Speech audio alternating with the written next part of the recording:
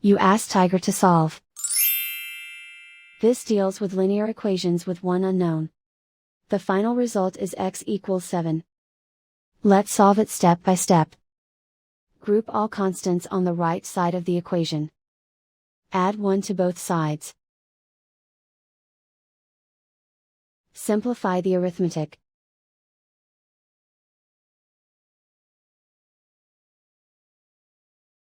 Isolate the x. Divide both sides by 5. Simplify the fraction.